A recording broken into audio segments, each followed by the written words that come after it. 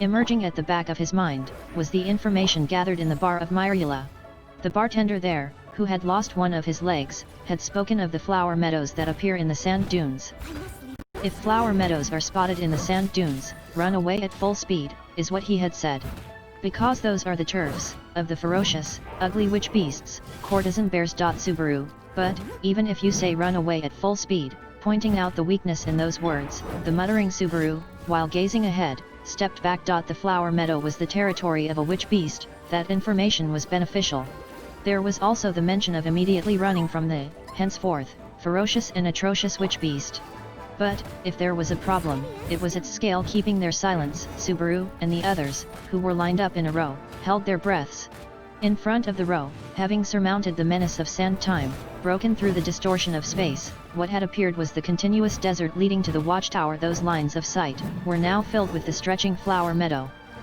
It was, quite literally, dense enough for there to not be a single spot to step on. Springing forth all of a sudden in the desert, was the paradise of the flower meadow. There were limits even when it came to shoddiness. It was something that they would have avoided even without the warning of the bar's bartender. That is precisely why, if flying through the sky was an option, then they would have had chosen that and avoided this without any hesitation whatsoever. Subaru, avoiding it, is impossible, you know. Murmuring it such that there was no difference between it and a hoarse sigh, Subaru aimed his voice towards Melee. Under the present conditions, regarding their countermeasures against witch beasts, relying on Melee was of an unexpected benefit. What she judged controlled their path, but the complexion of her face, glaring at the flower meadow, was quite pale. With the formation of cold sweat, blood vanished from her light-complexioned skin. Without the need of any words, she understood the negativity of the emergency, as if having picked it up with her own hands. Slowly, Petrusk, with her large build, drew closer with unbelievable silence. On her back was Beatrice, seeing the instruction in her eyes saying jump on. In fact, Subaru placed his foot on the saddle, and while doing so, silenced all sound and once again positioned himself on top of the dragon. Whether it was for continuing ahead, or for returning back, it would not be possible for Subaru's legs, who would get swallowed by the sand. Even if their judgments were made through the reins, they would have to rely upon the well-walking legs of Petrusk for fast movement. Melee, for now, it seems everyone is sleepy. Holding his breath, how much time had it been since Melee's judgment had been awaited? As if 10 seconds had passed, or to him it felt like it'd been nearly an hour. Melee spilled that out, as if whispering. Receiving that, Subaru, with energy draining from his shoulders, brought Petrusk closer to the dragon carriage. Subaru, that flower meadow is the turf of the courtesan bear. That would be correct, right? Julius, in addition to the received prior information, for now that doesn't seem to be wrong. But it is just that, the scale is larger than what even I had thought. Beatrice, that difference in scale, is addition of something as cute as it being twice or thrice, I suppose. Letting out a single sigh, Subaru and the rest, facing each other, exchanged their thoughts. Julius and Beatrice too, at the great reception surpassing their expectations, were in a state of having lost their voices. The ones inside the dragon carriage, Amelia and the rest, their voices of delight after having broken through sand time too, had come to a halt, as they were showing their faces through the small window, wondering what had occurred. Amelia, Subaru, did something happen? The sound of the sand breeze can't be heard anymore. Subaru, we did a splendid job clearing sand time. And, just when I thought we had cleared the first barrier, we're now standing, expecting the second barrier immediately. As you can see. Amelia, as you can see, you say. Ah. Seeing the clearly visible flower meadow at a single glance through the small window, Amelia's throat froze in shock. She had also heard what the bar's bartender had said. Of course, the information she recollected must also have been the same. Amelia repeatedly blinked her eyes, and beside her, Anastasia and Ram also showed their faces. The two also gazed at the flower meadow, and grimaced at the cruelty of the trials to reach the tower. Subaru, even after passing through the sand wind and sand time, the obstacle this time are the flower meadows. Hi. Regarding the territory of these courtesan bears, does Anastasia happen to know something? Anastasia, guidin' is my business, expectin' anything more than that'd be a problem. That Bane said, this seriously is a bit of a problem. What should be done? Holding expectations from the opinion of the unexpressed Iridna, she, while shrugging her shoulders, did not seem to possess a plan to overcome the obstacle. Subaru let out a long breath from his nose, and looked at Melee. Subaru, Melee, with your physical constitution, you can draw in the witch beasts, right? Courtesan bears too, can't you pull them out from the flower meadow? Meili, that's difficult. If it's 10, 20, or even if it's 100, ICAN, but a number more than that and there'll be some children to whom my instructions won't reach. Subaru, there's a limit to the number, hi. Meili, there's also a limit on the quality. Even I can't tell Arundi the white whale or the great rabbit. The courtesan bear is at that point, its compatibility with me is bad very different from the shadow lion. Subaru, shadow lion. Ah, that large one who showed up at the mansion, right. Putting a limit to their conversation about old memories, Subaru considered Meili's opinion and glared at the flower meadow. Countless, a vast paradise of flowers just as expected, even the estimate of the number of witch beasts could not be determined. But, it was clear that it was easily more than 100, which was Meili's limit. Julius, in the present situation, it could be said that the choices we have are to either continue or return. Facing Subaru, who had drowned in silence, the driver Julius said that lifting two of his fingers, and tilting his neck. Seeing Julius' fingers, Subaru inhaled. Subaru, the choice to return wasn't there from the beginning, you know. It'll be a waste after clearing sand time, but, with that, nothing of the problem will get solved. Going ahead is meaningless too. Julius, if we get under a different sand time, or if we take a different path entirely, we may able to challenge the watchtower. Putting a halt to consideration and plugging up its path, isn't that simply drawing a hasty conclusion? The sand time that occurred thrice in the day, amongst them lay the correct answer, and that was Julius' insistence. What Subaru and the others had escaped out from was the sand time of late night. Others were the sand time of morning and afternoon, but was it possible that the place that would be reached through would differ as different sand times were chosen? No, gesturing that, Subaru shook his head. Subaru, for argument's sake, even if a different path was to be taken, I don't think it can possibly guarantee the safety of the path all the way to the watchtower. Here are the flower meadows, but there's the possibility of there being a different obstacle someplace else. Probably, no enjoyable path has been arranged at all. Julius, certainly. Slightly, excessive hopeful observation, hi. Subaru, on top of that, possibly, the situation of Meili being there and the turf of the courtesan bears. This one is actually the best path, that's also a possibility, you know. Julius, this time, excessive pessimism, hi. As always, it is your forte to denounce and uplift, isn't it? Subaru, I don't remember ever aiming for that. Alright then, Meili. What about you? Harshly telling Julius, who rounded his eyes at how unfavorable the situation was, Subaru turned towards Meili. Silent, gazing intently at the flower meadow, Meili, at Subaru's words, said with her gaze cast downwards. Meili, the number is painful, but if you tell me to do it then I'll try doing it. It's not like I have to listen to everything which all of the animal sands have to say. Subaru, you don't need to for everything, you say. Meili, for passing through the flower meadow, it would be fine if just the minimum number of courtesan bears are quietly gotten rid of. If a path is opened up, for the rest I'll have them obediently sleep. If they're not attacked then it can be somehow managed with that. As if gaining certainty in her thoughts while answering the doubt, strength returned to Meili's voice. At the very least, she had a stance of respecting Subaru's chance of continuing. That was something to be genuinely grateful for. Subaru nodded to Meili, and then looked at everyone's faces. Subaru, I think we should continue. Regardless of what's chosen, there can be no return without jumping into the risk. It's about there being some solution to the problem rather than just running away from it. Ram, even though you rely on others to attain your own objectives, isn't that quite something to declare with that mouth? Ram fired bitter words at Subaru, who'd suggested to proceed. Receiving her typical words, Subaru let out an "oh" and raised his thumb. Subaru, ultimately, it's no mistake that we have to rely on Meili. By any chance, if it ends up being that we have to attack the witch beasts, then we'll have to rely on Amelia Tan or Julius, or Biko. How wicked. Subaru, oh, also, Patrisk too. My bad, my bad. He caressed his beloved dragon's head, who'd raised her neck up as if discontent at having her name absent as one of the members he could rely on. Against that pathetic declaration of Subaru's, Ram, with a frankly astonished expression, shrugged her shoulders. Ram, having self-awareness will be of no help. At best, in that unlikely scenario, fulfill the role of a decoy. Subaru, hearing that is also pretty nostalgic. You may not remember it though. At the words somewhat pertaining to the past, Ram made an anxious face. Those were words like those in the forest of the witch beasts, or on the morning of the day they headed out to the capital for the royal's election, which he had been slapped with by Ram. With Rem's existence disappearing from her memories, and accompanying memories altered, now, where must have the back and forth of that day vanished off to Subaru, let's go, to take it back. I don't want to backtrack for even a second, anymore. Amelia, I guess that's so. I also think it's just as Subaru says. At Subaru's decision, who hardened his fist, consented Amelia with a gallant expression. She touched the pendant on her neck, and stole the feelings of the spirit sleeping within the great magic stone into her fingers. And, her amethyst eyes earnestly focused on the flower meadow. Amelia, beyond this flower meadow, is the key to precious memories.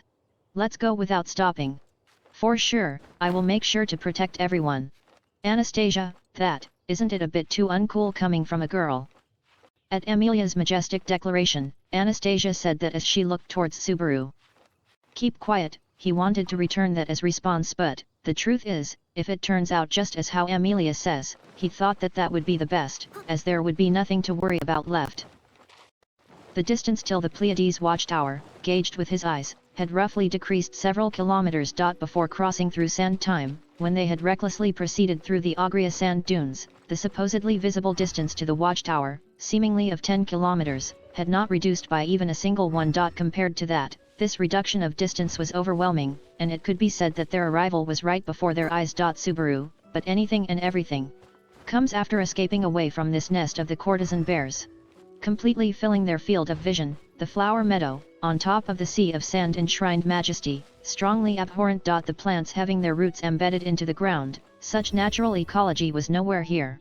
The slightly floating stems or roots were, not growing from the ground, but from, none other than, the bodies of those repulsive brutes. Around when they would be escaping the territory of the courtesan bears, what Meili had instructed to Subaru and the others was simple: to be as silent as possible. According to her remarks, the courtesan bears were currently lying dormant. They would not thoughtlessly wake them up, but in exchange for that, it seems they would not be able to get an idea of the ferocity of the witch beasts getting up after continuing to lay down. Meili, the bad animal sans being active, is the most brutal TNG. The exterminated white whale, when appearing immediately after the fog, used to be the most enraged and seemed to be most troublesome too. That was the digression Meili spoke of regarding the white whale. Thinking about it in accordance with that exposition of hers, the exact moment when Subaru and the rest had encountered the white whale at the Lifaz highway. In other words, immediately afterwards it had woken up. It had been the worst timing. Memories of suffering resuscitated, he painted his own praise for himself for having that desire of his fulfilled. Regardless of that, Meili, being angry when woken up, goes for everyone, humans, animals, and bad animal sans. That's why, stay completely quiet. If you can do just that, I'll somehow manage from my side. Abiding by the remarks of Meili, who possessed such strong will, thus commenced the march of the row who'd clamped down their breathing. Their battle formation was a substitute for the occasion of capturing the sand dunes, the style of the dragon carriage proceeding further. Sitting as the driver, conveying the intents of the courtesan bears, was Meili, and in accordance with those aims Julius drove the dragon carriage further. Patrusk, on which Subaru had a good grip on, attached and detached to the rear of that dragon carriage and raced in a single line, feeling himself bend. Subaru, holding his breath, clutched onto Beatrice's petite body. Her body temperature could be felt. It seemed that she had stiffened her body and was feeling nervous. On the side of the dragon carriage, upon the roof of the dragon carriage, was present a figure. A figure who need not be suspected, for the familiar silhouette was that of Amelia. Noticing Subaru's gaze, Amelia aimed her amethyst eyes towards him and raised her hand.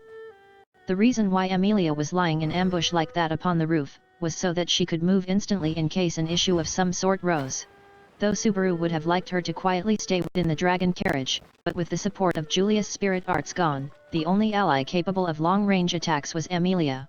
Though it wasn't as if Beatrice could not do it if she pushed herself, but with a single large blow, Subaru would exhaust his gas. It was a part of Subaru's inferiority complex that, in terms of strength, he had to depend upon others, for protecting him as well, if he was present. If that wasn't so, if he did not have to do that, perhaps even Ram would. The weakness of thinking in that direction, was always present within Subaru. Subaru, HK. With such uncompromising emotions beyond his control, the back of Beatrice's head pushed up his jaw. At Subaru's surprise, Beatrice snorted her nose. Focus on what is in front of you right now, is what she must have meant. Looking overhead once again, Amelia, too, had pointed her finger towards Subaru, and he understood that she was urging for similar caution. Unable to express either compromise or understanding, he exchanged a deep sigh. The truth was that he wanted to slap his cheek and alter his emotions, but that could put his life at risk, an action that could prove to be deadly. And, as Subaru's usual detour of thoughts gave rise to his resolution, the party's forefront arrived at the flower meadow practically at the same time. Meili, move. At once, Jun halted, pulling the dragon carriage, and Meili's faint voice slipped into the creaking sound of the wheels and was thrown towards the flower meadow. At first, there being no response to Meili's call, Subaru gritted his molars. Meili, move. Once again, Meili called out the order. Even still, indeed, no change was born in the flower meadow. In the vexing duration, Subaru's stomach lining started to grumble with something similar to itchiness. And, with that distortion, the ground, as if truly being stripped off, the flower meadow arose. Without thinking, looking straight at the form of the witch beast, Subaru's throat seized up. The witch beast, called the courtesan bear, befitting of its name, possessed a figure like that of a bear. The height of the courtesan bear was perhaps around 2 meters to 3 meters. Short legs, in exchange for that, arms long enough to drag on the ground. Its arms visibly concealed under black fur, and claw-like nails growing at the ends, is what he understood. From the rear to the armpits of that body, the vivid flowers swaying was the sort of impression it projected. But, observing that witch beast from close proximity, one's eyes tended to turn towards the front rather than the rear of that body. Though its physique was concealed by black fur, creeping about that body was not body hair. Closely packed, wrapping the body were the finely jumbled together roots of the flowers. They appeared as if blood vessels that were floating on the skin. The minute roots were covering the body of the witch beast. Subaru, HK. On the body covered with closely packed roots, the parts which the roots did not reach were abnormally parched, and both the flesh and skin had withered. Its facial features, its cranium had reached the limit of dehydration to the point where it was visibly obvious, and its circular protuberant eyeballs were bloodshot, wielding hatred for everything in this world. That seemed to be, as if it was slurping the life of the flowers whose roots it had pasted upon its own body. The courtesan bears could not coexist with the flowers. Clearly, they had taken away the lives of the flowers. The witch beast, which gave off an unbearable feeling of revulsion by merely looking at it, followed Meili's words with sluggish movement. Slowly pulling out its body from the ground, as the roots got uprooted from the desert from which nothing could be absorbed, 1,000 sounds of snapping limitlessly chained. For opening up space just so that the dragon carriage could pass, the moving courtesan bears reached 100 in count. And as if knowing no end, their numbers continued to increase. Julius, Hugh. Faintly, Julius' sigh was audible, as the dragon carriage resumed proceeding. Julius, in that state, with his body hair standing up due to the spectacle in front of his sight, must have failed to put up with it. Attached to the rear of the dragon carriage, Subaru and the others as well entered the path bloomed open by the courtesan bears. Subaru, ugh. At exactly that instant, when Subaru's sense of smell crossed the threshold of the courtesan bear's turf, a violent aroma of flowers could be felt. It seemed to be different from the stench of the time of confronting the sand earthworm, with respective difference in quality from that. The sweet scent jumbled together in the situation did not mean that the sense of violence had changed. Their nostrils were invaded, their intracerebral gears simply acquired the hallucination of the sweet scent. Developing serious dizziness, the repulsive stench awakened a headache. Something so exasperating, that he would not mind the sand gusts at all compared to this. This toxic aroma coiling up within his whole body must be driven away, is what he thought with utter seriousness. Such wishes of Subaru were fruitless, and in the absence of any flow of wind, the party proceeded towards the interior of the flower meadow. Subaru, HK.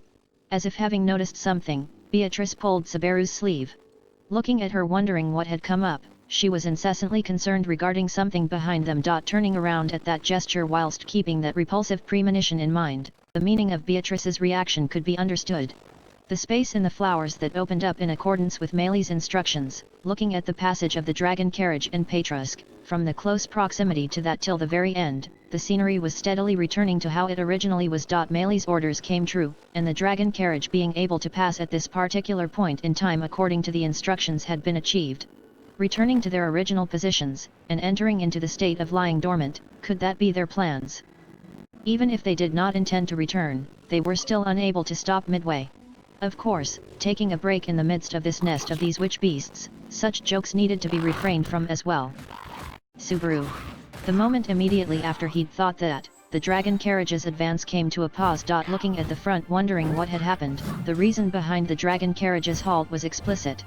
A lone courtesan bear, in front of the dragon carriage, got up and stood still, and turned those hollow eyes towards the two drivers, with that one alone making suspicious movements. The movements of the courtesan bears in the vicinity too, started to change. The feet of the courtesan bears, who had, till now, stolidly and obediently made way, stopped, and as if tracing the actions of the one staring at the dragon carriage, their gazes accumulated on the dragon carriage. This is bad, was the intuitive realization Subaru had. Looking back, they had already covered several hundreds of meters since entering the flower meadow. With the pathway behind plugged up, it was clear that they had been surrounded by the courtesan bears from all directions. Their numbers were in the hundreds, or possibly even in the thousands. A violent difference in numbers. Thinking that far, his gaze entwined with that of Amelia's, who was on top of the roof. Amelia was looking down onto the courtesan bear in front, and was puzzled over what kind of judgment she should deal it.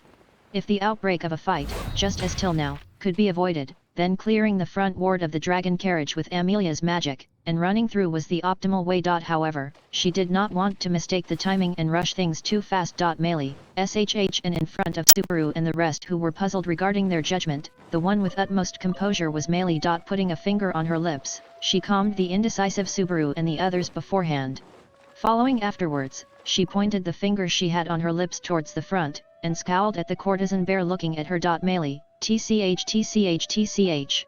A finger pointing outwards, and a sound, as if flicking her tongue, leaked out of Melee's lips.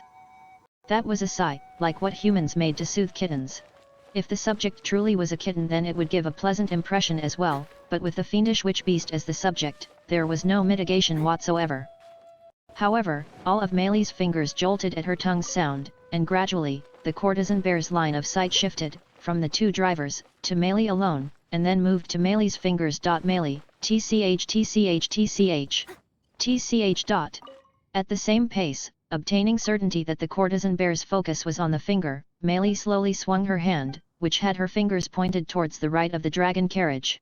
Lured to the movement of that arm, the courtesan bear, which had brought the dragon carriage to a standstill, turned its face towards that and moved, taking a single step in that direction. Subaru, At the courtesan bear's conduct, of distancing itself away from the dragon carriage, a reflexive sigh of relief leaked out of Subaru's throat. Amelia or Beatrice too, who had stiffened their bodies up, too, loosened their shoulders in relief.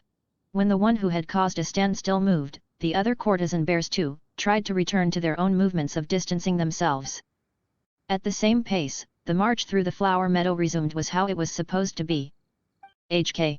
At that moment, the thread of tension snapped, and nobody could be condemned for raising their voice. Suddenly, in the situation of enduring under compulsion of utmost limits of the stalemate, the thing known as the heart could not stand strong. That goes for humans, and for ground dragons as well. Showered upon with the pressure of losing to the courtesan bear, Jun gave out a short growl, and stamped its feet on the ground, as if enraged. Subaru, OSHHK. At Jun's roar, which abruptly cut off the silence, the courtesan bears, which were in a state of lying dormant, reacted all together at once. The one attempting to distance itself away from the dragon carriage turned back, and that reaction infected the environs as well. The witch beasts rose, and leapt upon the dragon carriage with their bare fangs. Immediately before Amelia, El Huma. The mana materialized rapidly, and the spearhead of the formed ice lance penetrated through the witch beast's cranium. The sharp vanguard of ice pierced through its large mouth, infringing upon its oral cavity, and broke through its nape. Its brain churned. The courtesan bear, without raising its voice, collapsed backwards as it faced annihilation. Caught up in that vigor, several courtesan bears, without pause, toppled sideways. Subaru, run! Shouted Subaru, instantaneously after witnessing the attack by Amelia, who was on top of the dragon carriage. Concording to that call, Julius operated the reins and the dragon carriage started running fiercely at once. Of course, Patrusk, too, followed that, jumping away from the side of the witch beasts standing stock still, and broke off in a savage sprint. HK. Subaru, they recoming ing. Delayed by a single beat, the cutthroat, fierce voice tore apart the night of the Agria sand dunes. The vast flower meadow was shredded apart at once, with fangs and unsightly appearances naked. The flock sloth of courtesan bears advanced on, aiming for the dragon carriage, fiercely plunging its way through. Beatrice, Subaru. Firmly grip on or you will get thrown off. In fact, The hallucination bathing in strength, was the pressure of the thirst for blood and appetite of the innumerable courtesan bears. With thick arms endowed with claws turned overhead, their merciless attack struck Subaru as well, who was riding the dragon. A direct hit and his body would get torn off easily, with strength that could assuredly force his internal organs to protrude outwards. However, just when it was on the brink of striking, a bluish-white glimmer cut in between, and pierced through the witch beasts. Amelia, hi. Yeah. Alright HK. You. These, Huma. As always, with the mana forming a whirlpool and her voice coming from her heart, giving the impression that the bluish-white light was performing a boisterous dance in the dark sky, that was the transformation of countless sharp spearheads pointing above the ground into blades of ice. That was, immediately after the stagnation of a single moment, firing as if having acquired the propulsive force, tearing the craniums, the arms, the torsos, the legs of the courtesan bears swarming upon the dragon carriage into shreds, giving rise to spouts of blood. Subaru, oh. As expected of Amelia Tan. I've fallen for you again. Amelia, this is not the time for saying such things, is it? Run. Subaru, yes. Having his life saved by Amelia's follow-up, Subaru further accelerated Patrisk. And with the sudden exchange, Amelia was coping with the fight with such composure that it was surprising. In retrospect, even if Amelia had shirked from fighting, it was not as if fighting intimidated her. The tendency to avoid fighting within her was the indecision that had been erased once that battle had broken out. Ram, Barasu, run till you die. If you do not wish to die. Subaru, yeah, of course Ram. The tough fight being put up by Amelia, the bluish-white light mowed down the front ward of the dragon carriage altogether, and the group of courtesan bears, who had taken a roundabout path, were frozen all at once. Within Jun's rush and breaking through the ice sculpture, sitting on the driver's seat gripping to the reins, was suddenly now Ram, having moved from the passenger compartment. At Ram, who was skillfully handling the reins, driving the earth dragon which was in an agitated state, Subaru peeled open his eyes and let his gaze wander around. Subaru, what about Julius? Ram, even if there are no means for a long-range attack, it seemed it would be unhelpful if he were to be the driver. That's why. At a glance, Ram looked towards the rear at Subaru's call. Lured to that line of sight and looking backwards, Subaru thoughtlessly felt dumbfounded. Biting the sand, beside the dragon carriage with its wheels roaring, clinging onto one of those ornaments, waving about the grasped knight sword, was the form of Julius, clearing away the approaching witch beasts. Julius, burdening Amelia Sama with responsibilities and such, cannot be done either, you see. Subaru, was that directed at me? Julius, that would be putting a halt to his words there. Julius had his knight sword meet with the claws of the approaching witch beasts. The decapitating slash weaved through the gap of those claws, and deeply gorged into the arms of the courtesan bears.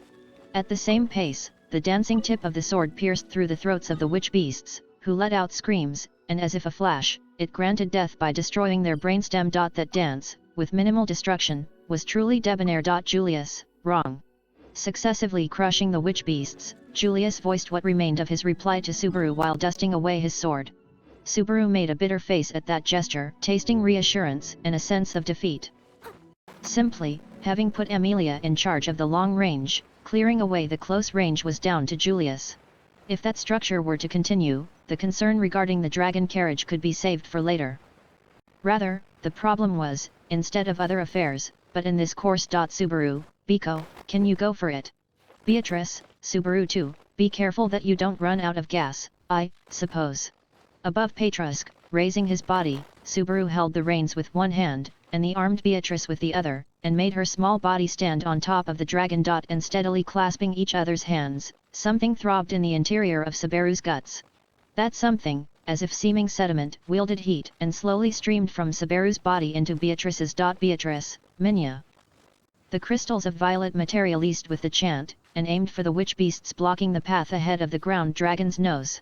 Accurate aiming, momentary advancement, the outcome visible immediately afterwards. Raising a sound as that of shattering glass, the magical attack directly struck the witch beasts, and the crystals fragmented. However, the following moment, the bodies of the witch beasts fragmented similarly as well. Subaru, alright, good going, Biko.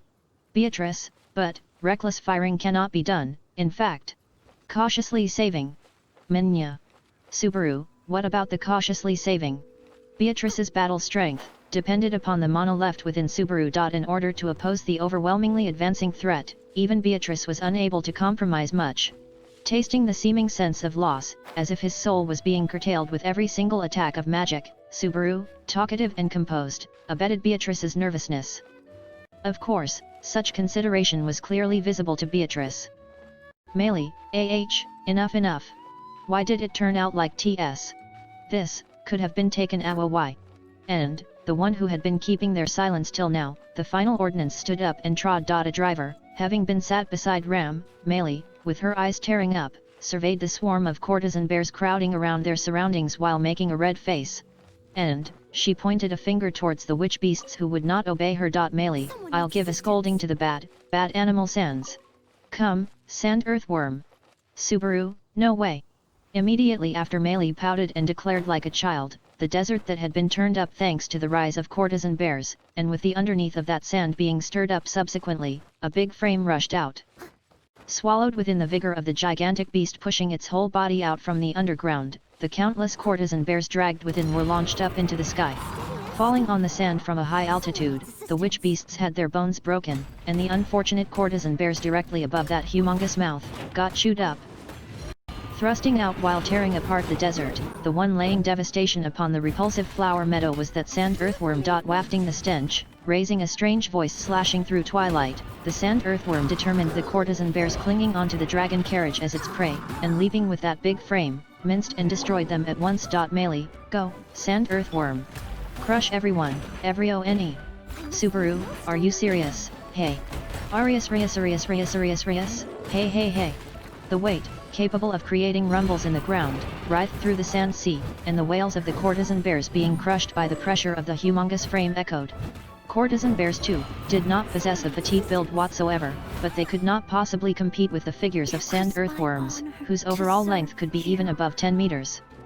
The overwhelming masses turned into the outcome of collisions, and the courtesan bears got successively turned into corpses. At the circumstance which was a decisive battle between monsters at this point, Subaru had no words appropriate for it. Amelia and Beatrice's magic, Julia's swordsmanship, Meili's unusual talent narrowly cleared the way, and the dragon carriage and Beatrice rapidly proceeded through the flower meadow. Meili, the sand earthworm is. Meili's shriek was heard. Observing it, the sand earthworm, possessed by a great number of courtesan bears who had their claws gouged into that humongous frame, was shedding large quantities of bodily fluids from its entire body, and collapsed on the ground. The outer skin of the slimy and soaking wet sand earthworm was not something as sturdy as that of snakes or insects. The skin sustaining the soft body easily fell prey to the claws, and a wail of agonizing death reverberated through the sand sea. Meili, next xt. Keep coming st. Once a single giant collapsed, Meili clasped her hands with a pallid face. And, Lord to that, once again the sand was uplifted, and a different sand earthworm made its appearance. This time there were 6 at the same time, however, compared to the first one, they were twice as small, and if they were to get enclosed by the swarm of courtesan bears, they would get hunted down in the blink of an eye. Subaru, at this pace, HK. They would get outpushed in the amount of violence. With a sense of terrible hopelessness, Subaru desperately looked at his environs in search of something that could help them break out of this deadlock. And, he noticed.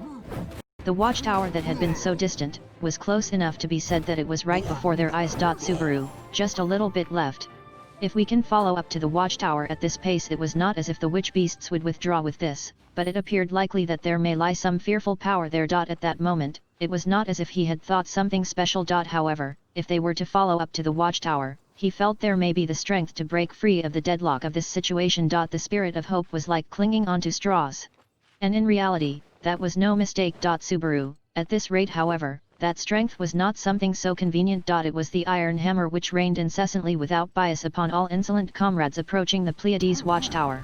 Pushing open his eyes desperately, supporting Beatrice while clinging to Beatrice, Subaru scowled at the watchtower visible in front of him.